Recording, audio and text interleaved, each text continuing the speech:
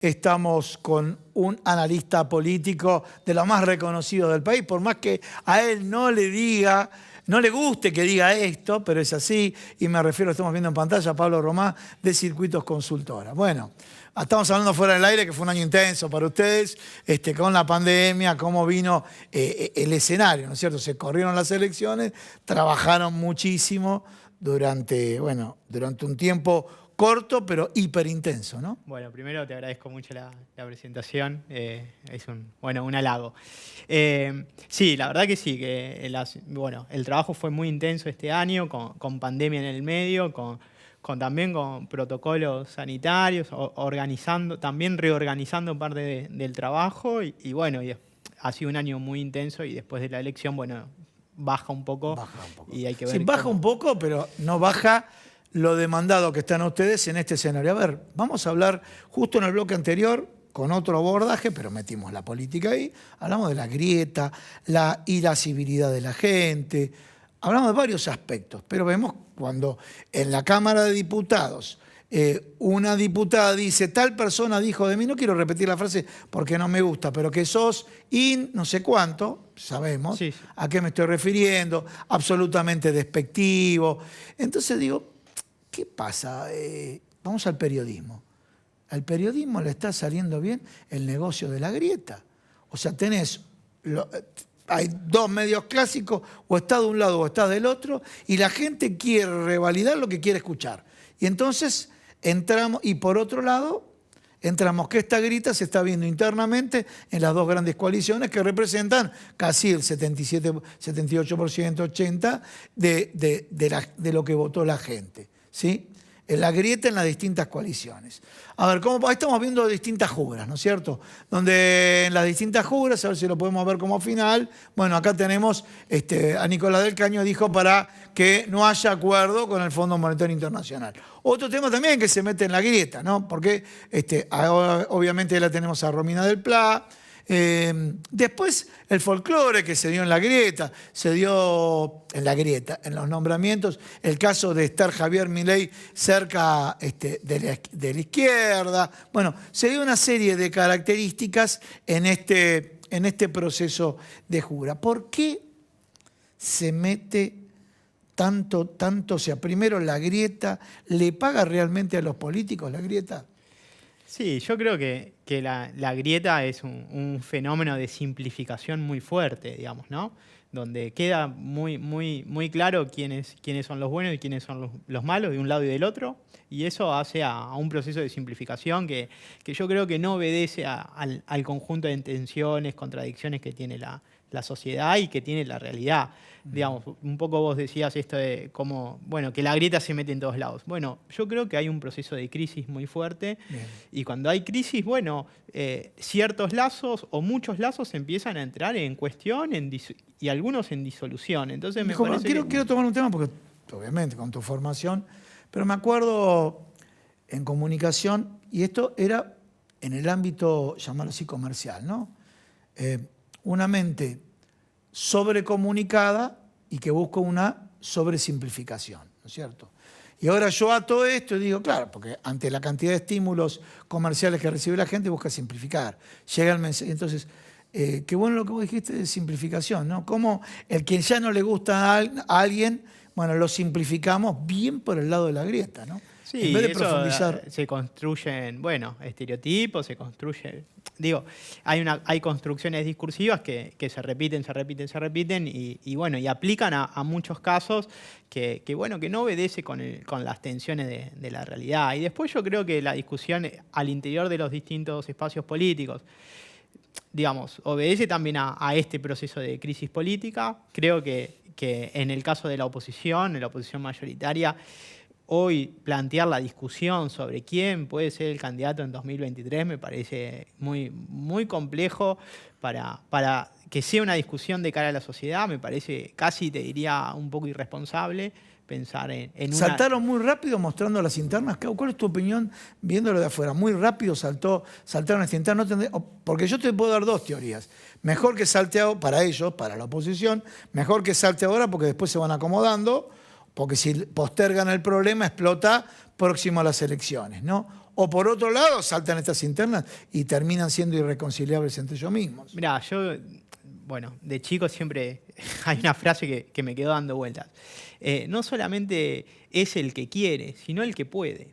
Y yo creo que hoy no hay condiciones de posibilidad para que alguien diga yo voy a ser el candidato en 2023. No hay Bien. condiciones de posibilidad. No. En En ningún caso, hablamos de oposición y oficialismo. Exactamente. ¿Quién se va a plantear? Hablaban de, vamos a decir, escenarios que no dan, ¿no? Pero Alberto Fernández, hablaban de Cristina Fernández, hablaban de Sergio Massa, hablaban de Axel Kicillof, hablaban de, no importa, para distintos lugares, Máximo Kirchner, hablaban de Juan Mansur. Vamos a la oposición, porque no me quiero olvidar nombres. Bueno, Elisa Carrió siempre quiso ser presidencial, pero Patricia Bullrich, Horacio Rodríguez Larreta, Lustó, Morales, porque no marca. Y después a gobernaciones, el caso de Luis Juez, o sea, y a gobernaciones, el caso de eventualmente de Diego Santilli, a jefatura de gobierno, el caso de María Eugenia Vidal, ¿no es cierto? Todo esto es como que cada uno va marcando su... Sí, me parece que lo que expresa es que también ese distanciamiento de la dirigencia política con los problemas más sensibles que tiene esta sociedad, digamos, ¿no? Me parece que es una discusión muy propia, muy interna. Podrían discutirlo en otro plano también, ¿no? No necesariamente en el plano público. Y después creo que en la coalición de gobierno la discusión no necesariamente tiene que ver con eso, sino me parece con una discusión más importante que es sobre la orientación del gobierno y en esa orientación cuáles son las condiciones del acuerdo con el Fondo Monetario Internacional. Me parece que la discusión pasa por ahí, digamos, calibrar, medir hasta qué punto la sociedad puede asumir un ajuste, digo, ¿no? O cuánto de ese ajuste la sociedad puede asumir, mucho, poco, nada, me parece que esa es la discusión y eso sí genera bueno, algunos enfrentamientos que son importantes, pero me parece que ahí hay dos discusiones distintas donde, bueno, las tensiones se ponen en juego y también me parece que hay como una necesidad de desplazar la discusión real para ponerla en otro plano, ¿no? Esto que también se lee mucho, ¿no? Quién tiene la lapicera, quién manda, la autonomía del presidente o la no autonomía del presidente. Me parece que más allá de esa discusión lo que hay que discutir, y me parece que lo que un sector de la coalición gobernante está discutiendo es, bueno, hasta qué punto es posible llegar a un acuerdo y qué condiciones puede llegar a tener ese acuerdo en términos de la sensibilidad y la posibilidad de la sociedad de asumir algunas variables de ajuste, ¿no? Pregunta que yo hago. ¿Encontrarán esta grieta puntos? Hablamos de las fricciones internas de las dos grandes coaliciones, ¿no? Que también la tiene la izquierda, porque totalmente. Yo fuera del aire los junto y le pregunto por Zamora y te dicen el FIT, no, se corta solo, o sea, la tiene la izquierda, nada más que la izquierda se presenta a nivel nacional como tercera fuerza, la izquierda se presenta en Jujuy como segunda fuerza, con el caso de Vilca, que triunfó, que salió segundo en la provincia de Jujuy. Pero bueno, a ver, Libertad avanza Libertad, tienen sus diferencias, te salen con una respuesta de modelo teórico. Sí, de hecho el Frente de Izquierda en la gestión parlamentaria anterior no tuvo un bloque unificado, digamos, ¿no? Sí. Que es lo mismo que hace la Libertad Avanza ahora, digamos, ¿no? No unifica el bloque. Bueno, son pequeñas disputas, rencillas, que me parece que bueno, que hablan también de un proceso muy interno, digamos. Bien, ¿no? Pero voy a esto. Ahora sos el Ejecutivo. Te pasaron 2 años por encima con la pandemia, agrego con la pandemia. Algunos le quitan la pandemia, yo le agrego con la pandemia. Algunos le quitan porque si vas a jugar a oposición, decir que no existió, que estuvo mal manejada y se acabó. Bueno, le quedan 2 años. Entonces, en esa coalición que triunfó en el año 2019, ¿no le está faltando síntesis política? Síntesis política. A ver, Fondo Monetario Internacional, estamos de acuerdo en esto. Tenés los que no están de acuerdo, los que están de acuerdo parcialmente y los que están de acuerdo, bueno, hay que llegar. Los que dicen, mira, no estoy de acuerdo, pero como no tengo reservas y como nos dejaron sin nada, no nos queda otra. O sea, te doy un tema, como así surgen muchos temas. Síntesis política.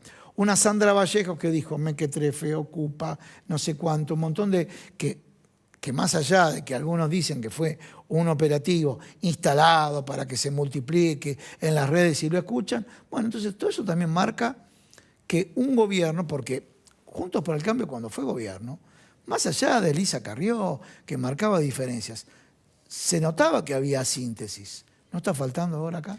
Sí, yo creo que sí, que sintetizar es un proceso mucho más complicado que unir, digo, ¿no? Y que me parece que el presidente Alberto Fernández, cuando fue elegido, me parece que tenía como un objetivo de generar ese proceso de síntesis, sintetizar, digamos, distintos intereses, distintos sectores. Me parece que le ha costado bastante hacerlo, no sobre esta discusión del Fondo Monetario, sino sobre otras discusiones. Me parece que el caso de Vicentín fue una bisagra en términos de esa, digamos, del poder desarrollar ese rol de síntesis o no. Creo que eso ha sido un elemento importante, pero sí, yo creo que al gobierno le falta, me parece, un poquito más de volumen político para poder convencer, para poder establecer ciertos diálogos, para poder, digamos, sostener, justificar una política, digamos, ¿no? Y que otros distintos sectores sociales puedan entender, o sectores políticos, sectores económicos, puedan entender que esa política es posible, digamos. Y me parece que ese es uno de los déficits más importantes que tiene este gobierno. Bueno, Pablo, muchísimas gracias por haber venido al programa. No, gracias a vos por la invitación.